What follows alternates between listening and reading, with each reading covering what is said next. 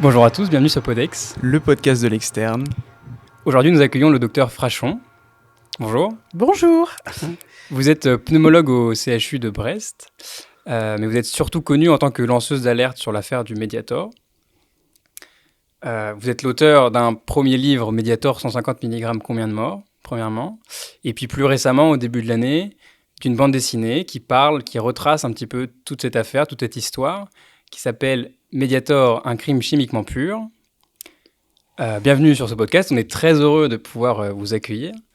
Merci à vous de prendre le temps de venir. Je suis ravie parce que vous êtes, si je puis dire, dans ma cible. C'est-à-dire qu'en écrivant cette bande dessinée, j'ai beaucoup pensé aux étudiants et aux étudiants en médecine en me disant si je pouvais à nouveau accéder aux étudiants en médecine pour qu'ils connaissent cette histoire.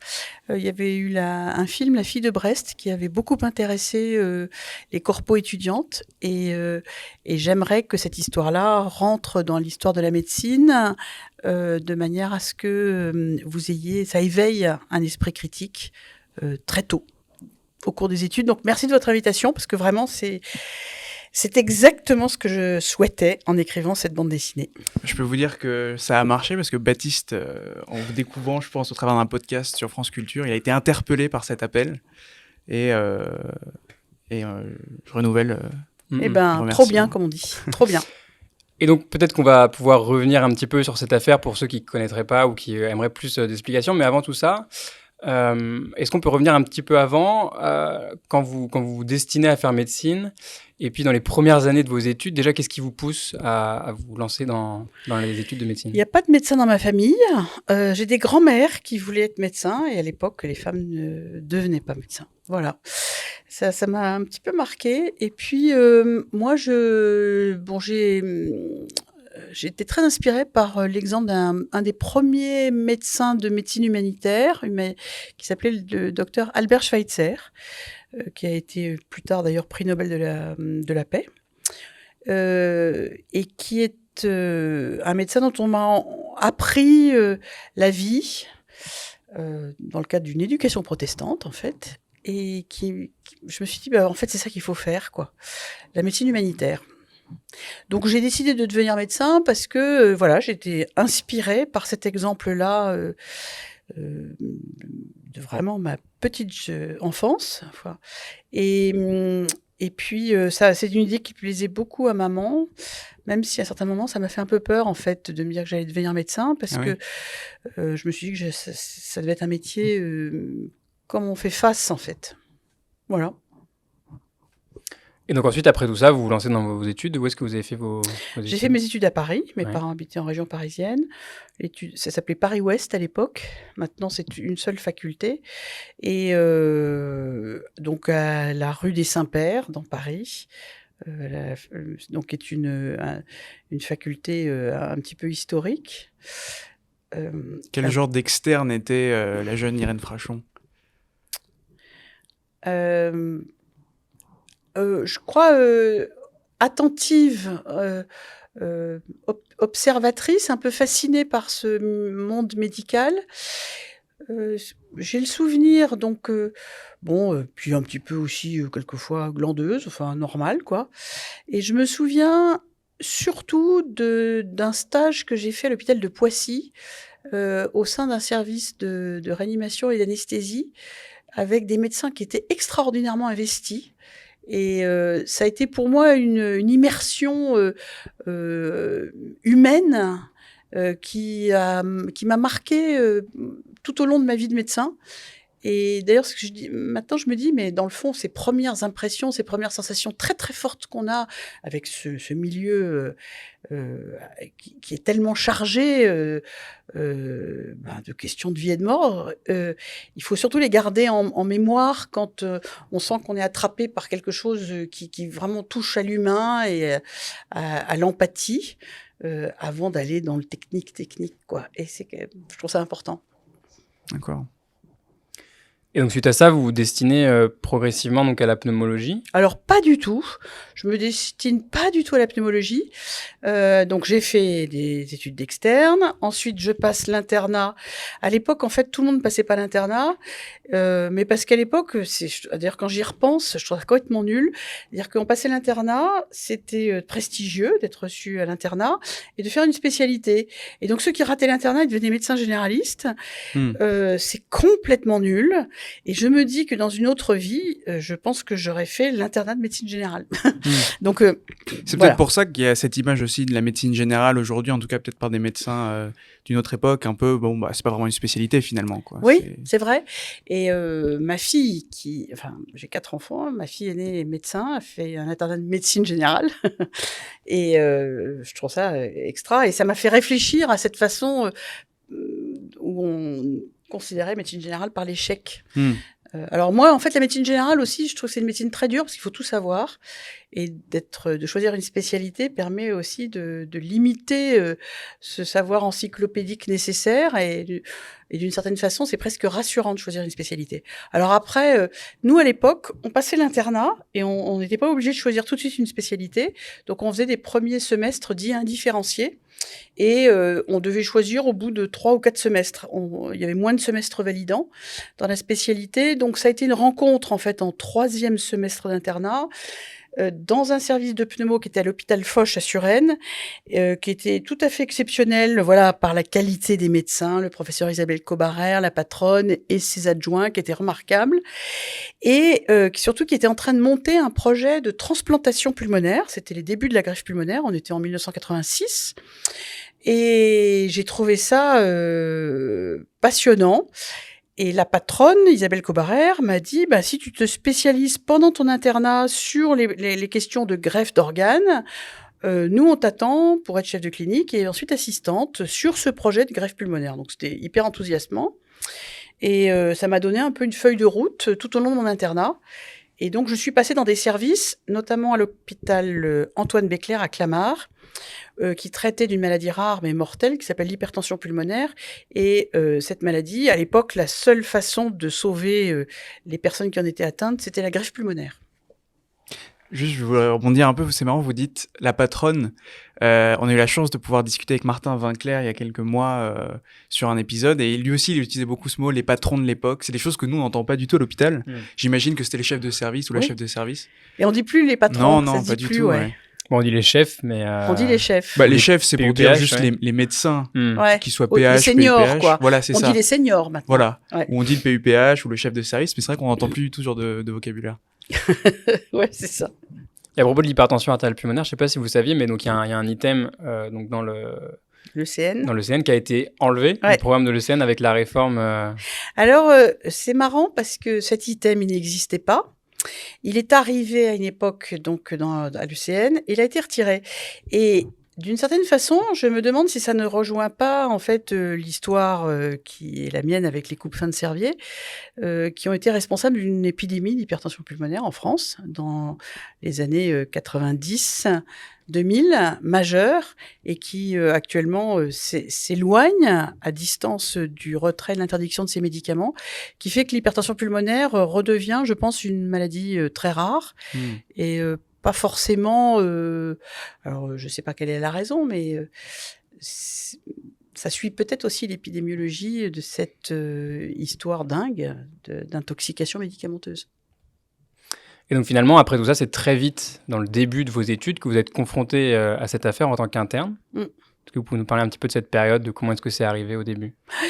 Alors je rentrais, moi j'ai fait donc, je vous ai dit que j'ai fait la médecine pour faire la médecine humanitaire, donc je suis partie avec Médecins sans frontières pendant mon internat à la frontière entre la Birmanie et la Thaïlande pour m'occuper avec Médecins sans frontières des populations réfugiées Karen qui venaient de Birmanie et qui souffraient beaucoup, notamment du paludisme.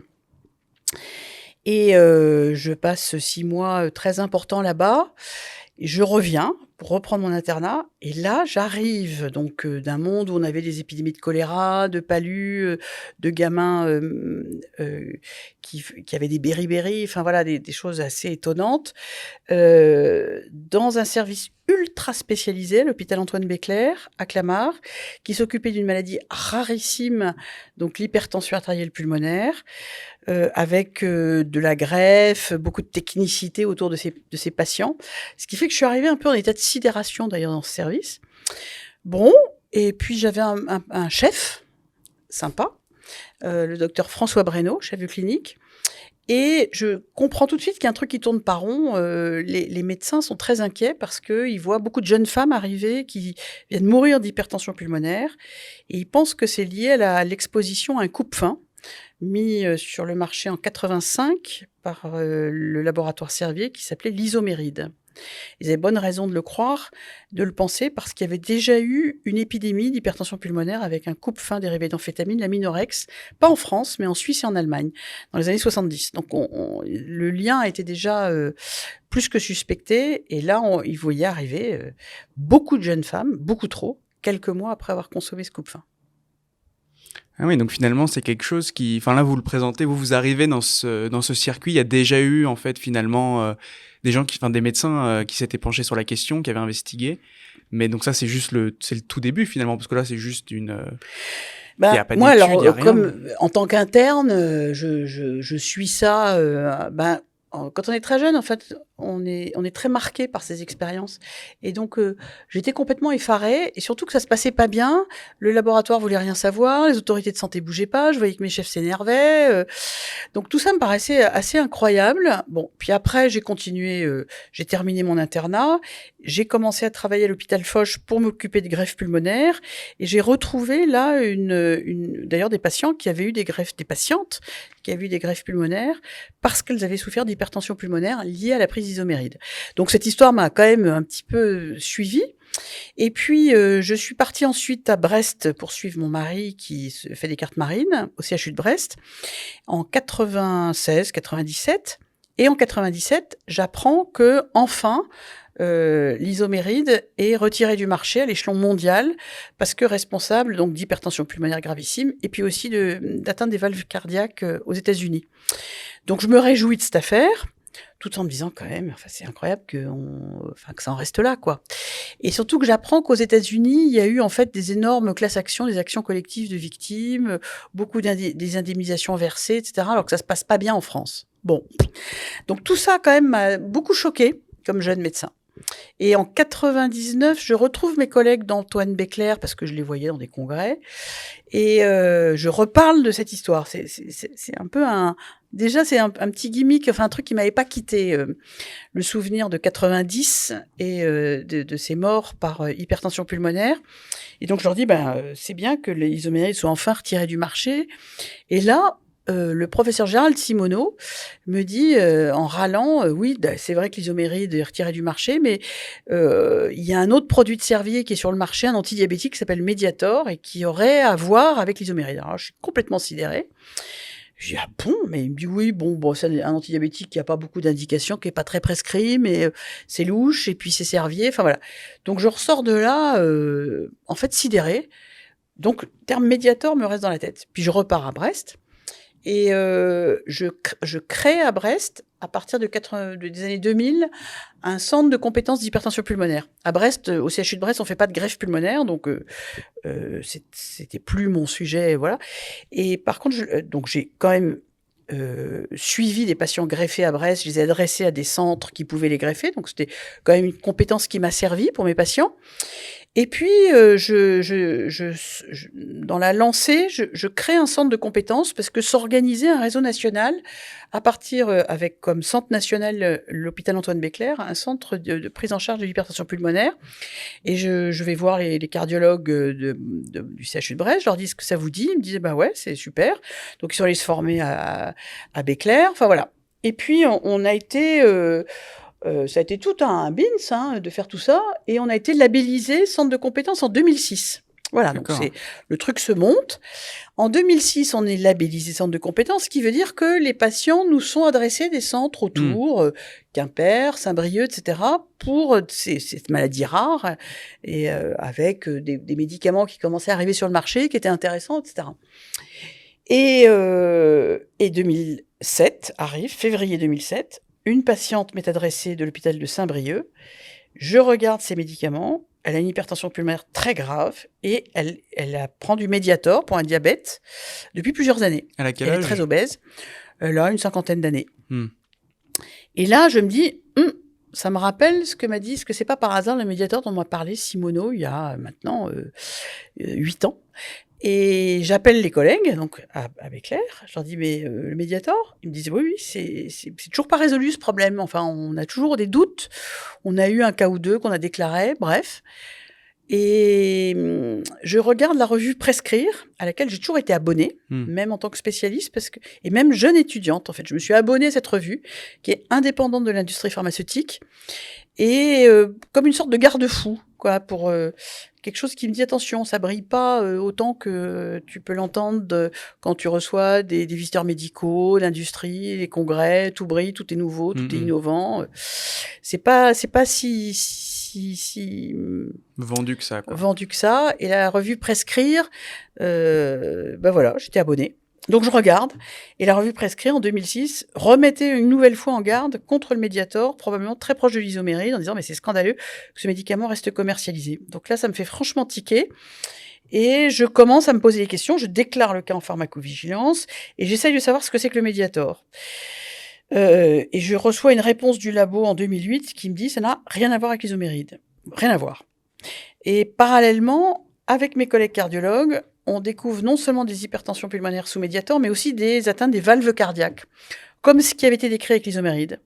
Et là va débuter, en 2008, une invraisemblable histoire qui ressemble à un polar médical, où il faut à la fois essayer de comprendre médicalement si vraiment il y a chercher d'éventuelles victimes, entre guillemets, vous voyez, des gens qui présentent des maladies valvulaires ou hypertension pulmonaire liées au Mediator, et d'autre part, essayer d'avoir des connaissances sur le Mediator, alors que manifestement, le labo Servier essaye de dire que ça n'a rien à voir.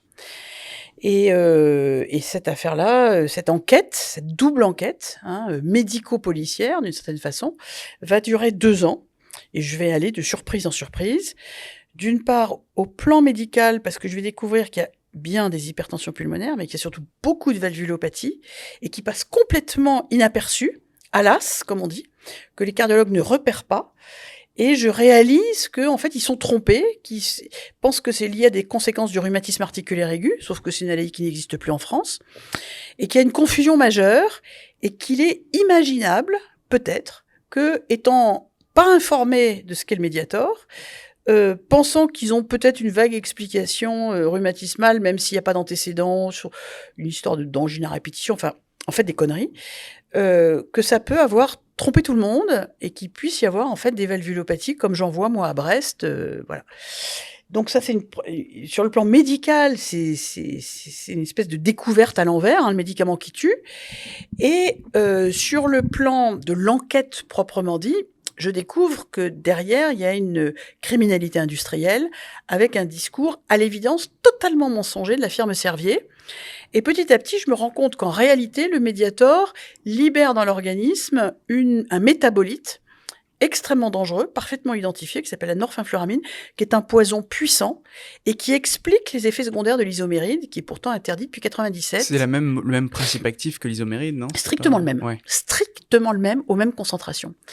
Donc je me dis, mais c'est pas possible, enfin, ils peuvent pas, après l'affaire de l'isoméride, qui pour moi avait été déjà un drame sanitaire énorme, avoir gardé sur le marché un médicament qui est la même chose, en disant que c'est un antidiabétique, en cachant la présence de ce métabolite. Enfin, c'est juste inimaginable. Et donc là, c'est comme le club des 5, on part en vacances, puis tout à coup, on se retrouve avec des méchants, des vrais, des criminels, et on se dit, waouh.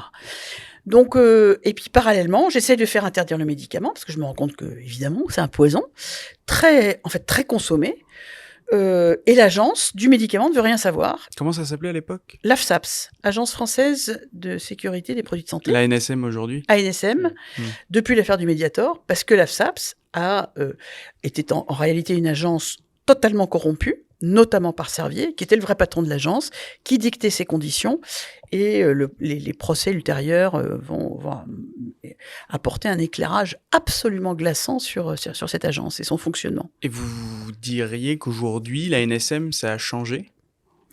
Oui, la NSM, ça a changé. C'est une affaire qui a été un véritable tsunami pour l'agence et ses experts, au point que ça a changé de nom, que les règles d'absence de conflit d'intérêt des experts sont devenues beaucoup plus importantes, contrôlées, plus transparentes, que le rôle de gendarme de cette agence a été largement renforcé, ses pouvoirs, etc., son mode de fonctionnement, de financement.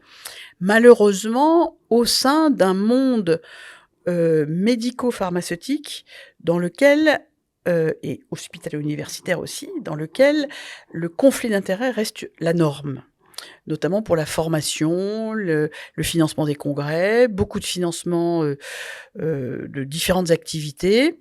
Et donc, il reste une sorte de dissonance très forte entre la nécessaire indépendance des agences dans un monde qui reste profondément sous l'emprise des conflits d'intérêts, de manière structurelle, et donc une difficulté en fait de trouver des experts indemnes de conflits d'intérêts, aptes à conseiller une agence, etc.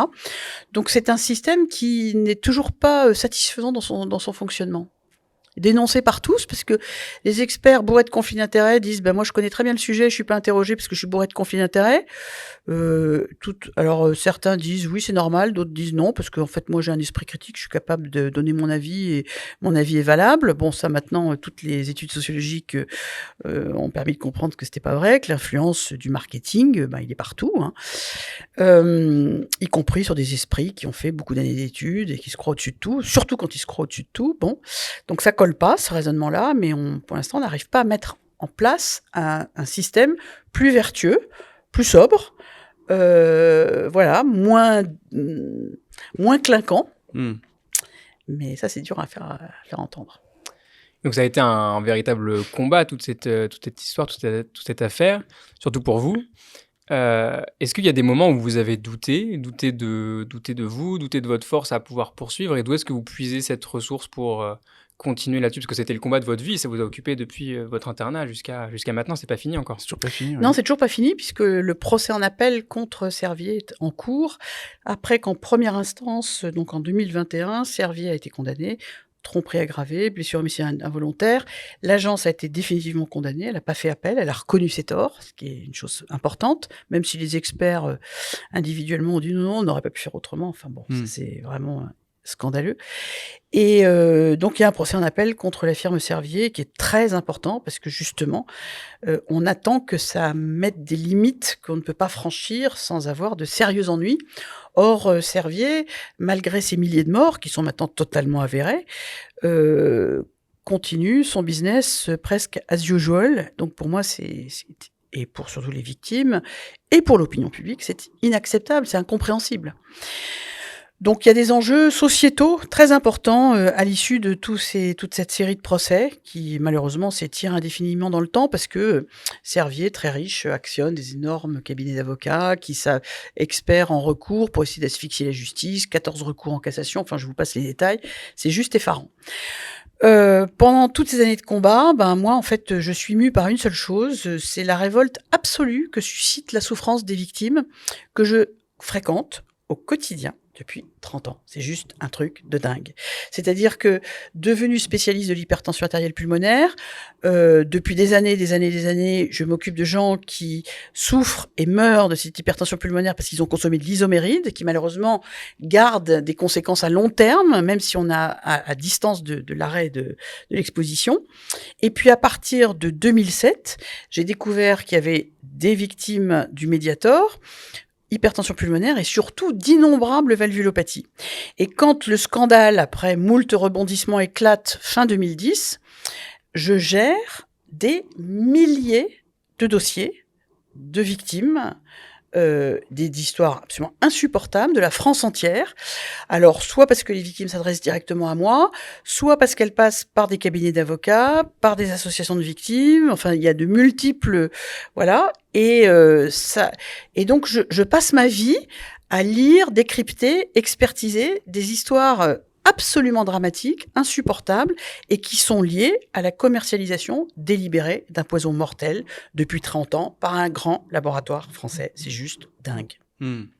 Et donc, pas question, j'ai toutes les preuves de ce que je dis, à la fois sur le plan médical, scientifique, et aussi pour les juges d'instruction, qui ont donc fait une très belle enquête avec tout un groupe de gendarmerie en fait spécialisé dans les atteintes à l'environnement et à la santé publique, les gendarmes de l'OCLAESP, ce qui a abouti effectivement à des procès tentaculaires, à des indemnisations de plus de 5000 victimes à ce jour recensées, qui ne sont que la partie émergée, la fin de l'épidémie, en fait. C'est les derniers survivants qui ont porté leur dossier en justice, etc. Le Mediator a été commercialisé en 76, donc voilà, c'est vertigineux tout ça.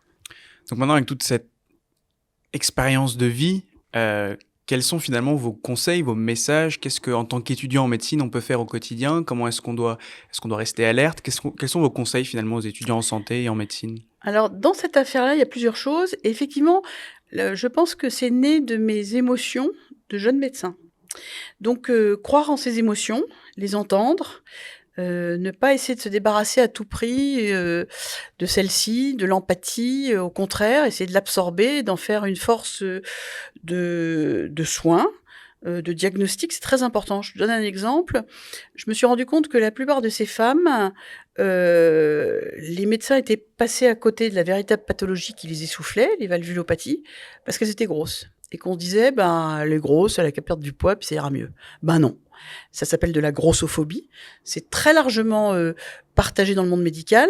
Dès qu'une personne a le malheur d'être en surpoids, c'est tout la faute du surpoids, ce qui est d'abord un non-sens médical, et surtout c'est ce qui a abouti à passer. Non, mais surtout tu passes à côté de diagnostic. C'est-à-dire si tu dis elle est essoufflée parce qu'elle est grosse, non, c'est parce qu'elle a une valvulopathie. Donc ça c'est voilà un exemple parmi d'autres. Il y a une deuxième chose, c'est que alors ça c'est pour moi ça a été quand même certes l'enseignement des maîtres, c'est important. Il y a beaucoup de choses qui se transmettent, mais ce ne sont pas des dogmes. Et qu'est-ce qui permet de comprendre l'erreur du monde cardiologique qui n'a pas vu pendant 30 ans d'innombrables valvulopathies médicamenteuses? C'est qu'il y avait un dogme médical enseigné, et on discute pas, qui était que certaines formes de valvulopathie étaient forcément liées à des conséquences du rhumatisme articulaire aigu, quand bien même le rhumatisme articulaire aigu n'existe plus en France.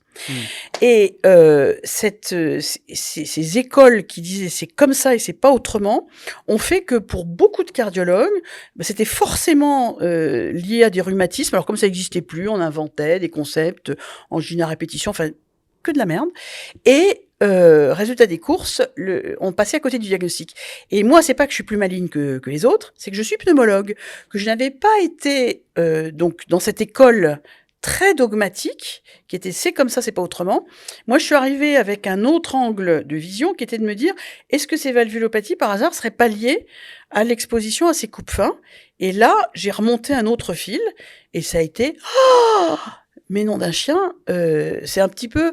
Dans l'histoire de la médecine, c'est assez connu, en fait. C'est souvent le pas de côté, donc finalement l'esprit critique, alors qui permet de faire avancer des hypothèses et donc de renverser certaines hypothèses et des changements de paradigme pour dire, non, on croyait que c'était ça. À une époque, on pensait que l'ulcère de l'estomac, c'était lié, par exemple, à la nervosité. Puis maintenant, on sait que c'est lié essentiellement à une prolifération bactérienne. Mais je peux vous dire que ça a été la révolution. C'est des révolutions coperniciennes, en fait. Et comme l'invention des premiers antibiotiques était un accident. Et en fait, de tout ça, je me dis finalement, croire en ses émotions, non pas pour s'effondrer, mais pour armer son attention au patient. Qu'est-ce qu'il me dit? Pourquoi il me dit ça? C'est pas parce qu'il est hystérique ou parce que qu'est-ce qu'il cherche à exprimer? Je dois le croire et c'est à moi de comprendre pourquoi il me dit qu'il va pas bien, qu'il est essoufflé, que ceci, que cela. C'est vrai pour poser des diagnostics, c'est vrai pour dépister des toxicités médicamenteuses, des effets secondaires, etc., etc. Donc garder cette attention-là. L'empathie fait partie des qualités de diagnostic en fait. Deuxièmement, oui, l'enseignement des pairs, l'enseignement des maîtres, c'est important, mais moi, ce que je vois, ce que je pense, les trucs qui me font tiquer, je dois y croire. Et alors après, il s'agit pas il y a des mauvaises pistes, mais je peux gratter mes petites affaires, essayer de comprendre, démonter, etc. Donc, et ne pas se priver de cette remise en cause. Voilà, tranquillement, et bien évidemment en restant très rigoureux dans la démonstration, bien sûr. Et puis, bien sûr, la question des conflits d'intérêts, il faut que alors moi, j'ai eu de la chance, comme jeune interne en pneumo, ma patronne, Isabelle Cobarère, nous interdisait de rencontrer des représentants de l'industrie pharmaceutique. Avec un mot très simple, ça n'est pas à l'industrie de vous former. Ça n'est pas à l'industrie de nous former. Ça n'est pas à l'industrie de nous déformer dans l'intérêt de leur chiffre d'affaires. Ça n'est pas notre problème. Notre problème, c'est l'intérêt des patients, c'est le bénéfice et le risque. Et ce sont des intérêts qui ne sont pas conciliables, puisque le médicament parfait, qui a 100% de bénéfices et 0 risque, n'existe pas. Donc, l'industrie a intérêt à faire valoir les bénéfices. Nous, les médecins, primum non nocere, on a intérêt à évaluer la balance bénéfice-risque. Et ce sont évidemment des intérêts qui sont contradictoires, en tout cas, qui sont en conflit. Voilà. Donc, quand j'entends dire un lien d'intérêt avec l'industrie pharmaceutique n'est pas un conflit, c'est faux, c'est structurellement un conflit.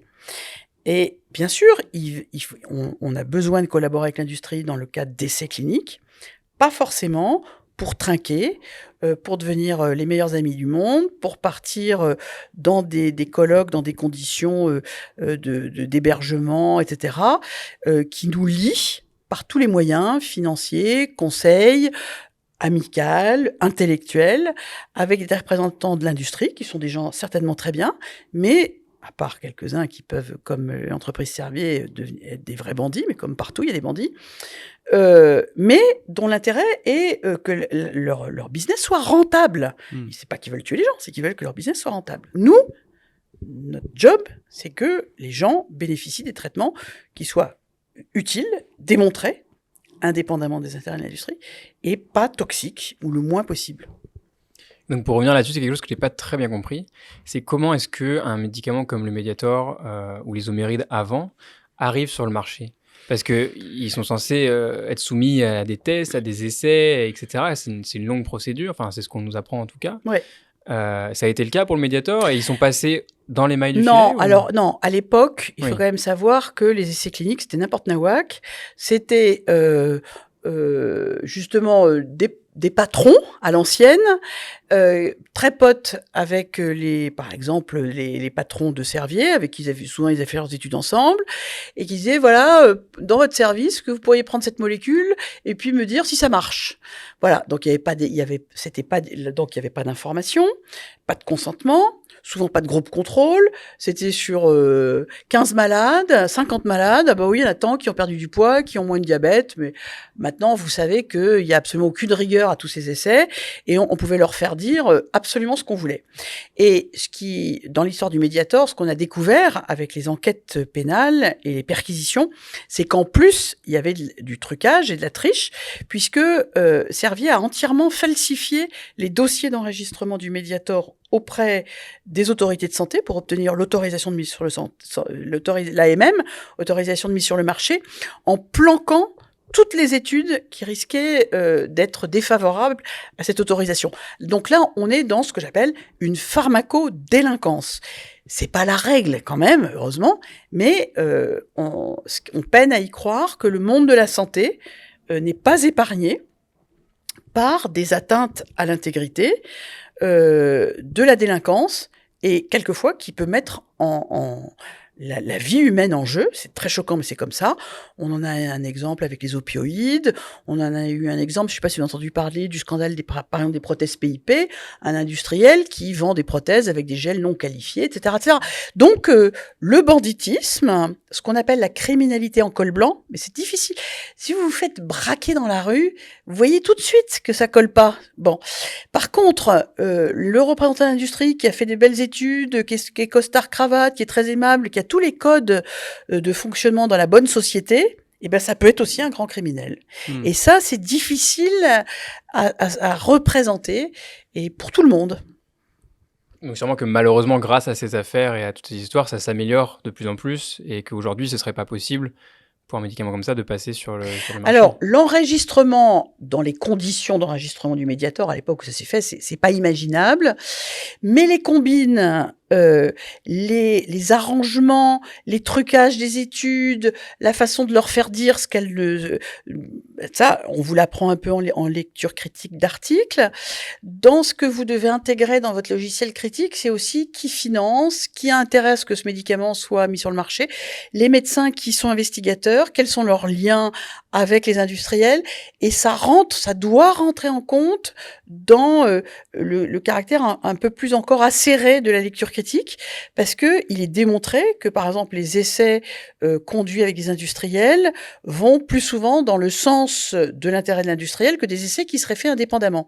Ça veut pas dire on met pas à la poubelle tout, mais ça veut dire que on doit avoir des lumières critiques qui s'allument en fonction aussi il faut prendre en compte les potentiels conflits d'intérêts. Et donc aujourd'hui, est-ce que vous gardez une activité de pneumologue à côté du procès, des livres, des séances? Et ben en fait, je passe beaucoup plus film. de temps à m'occuper des patients, et encore heureusement parce que c'est ma vocation, que sur les plateaux télé. Ouais. Clairement.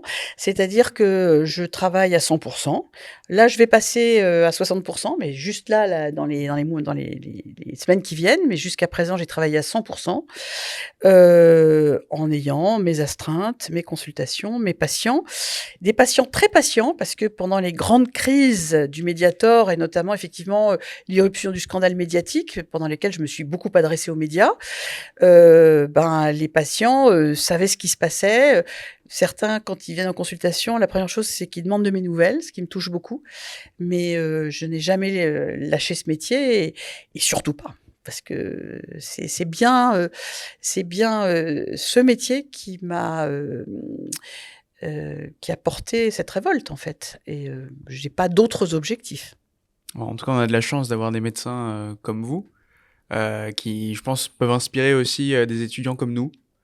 Et je sais pas si Baptiste avait d'autres questions. C'est ce qu'on disait un petit peu sur la revue Prescrire et sur le rôle des médecins, en fait, qui sont sur le terrain et qui voient tout ça. Et c'est un petit peu paradoxal, cette manière de fonctionner et de...